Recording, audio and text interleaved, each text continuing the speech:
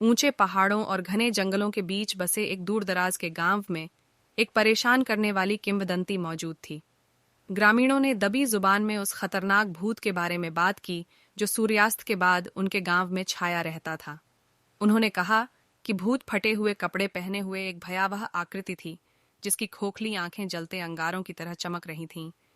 यह सड़कों पर घूमने के लिए जाना जाता था और अपने पीछे डर और बेचैनी का निशान छोड़ जाता था। रोंगटे खड़े कर देने वाली कहानियों के बावजूद गांव में माया नाम की एक बहादुर युवा लड़की रहती थी। माया दूसरों से भिन्न थी। उनमें अदम्य जिज्ञासा और साहस से भरा हृदय था। उसने यह मानने से इनकार कर दिया कि गांव हमेशा के लिए भूत की प्रेतवाधित उपस्थिति के कारण अभिशप्त हो गया था। एक चांदनी रात में माया ने उस आतंक का सामना करने का फैसला किया जिसने पीढ़ियों से उसके गांव को जकड़ रखा था। केवल एक छोटी सी मोमबत्ती के साथ वह अंधेरे में चली गई।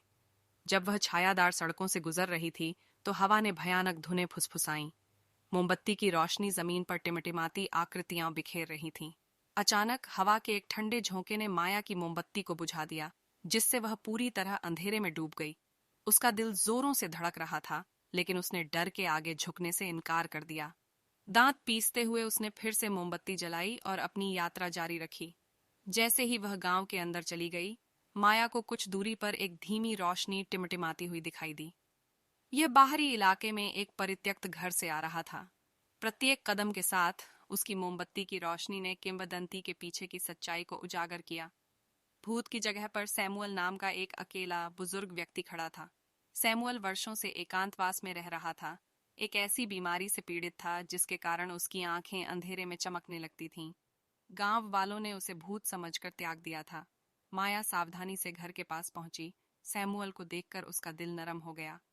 अपनी आवाज में दयालुता के साथ उसने उससे बात की। मैं जानता हूं कि तुम भूत नहीं हो सैमुअल, तुम सिर्फ एक आदमी हो जिसे गलत समझा गया है। सैमुअल की आंखें आंसुओं से भर गईं क्योंकि माया के शब्दों ने उसके दिल पर छाए अकेलेपन को पिघला दिया। माया ने सैमुअल के साथ अपनी मोमबत्ती की रोशनी साझा की और वे एक साथ गांव में वापस आ गए। ग्रामीण जो दूर से देख रहे थे, उन्होंने एक बार भयभीत होने वाली आकृति को एक नई रोशनी में देखा। जैसे ही वे एकत्र हुए, माया ने उन्हें सैमुअल और उसकी पीड़ा के बारे में सच्चाई बताई। यह एहसास जंगल की आग की तरह फैल गया और ग्रामीणों का डर सहानुभूति में बदल गया।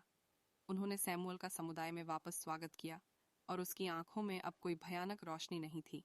गांव आखिरकार उस आतंक से मुक्त हो गया जिसने उसे पीढ़ियों से परेशान कर रखा था।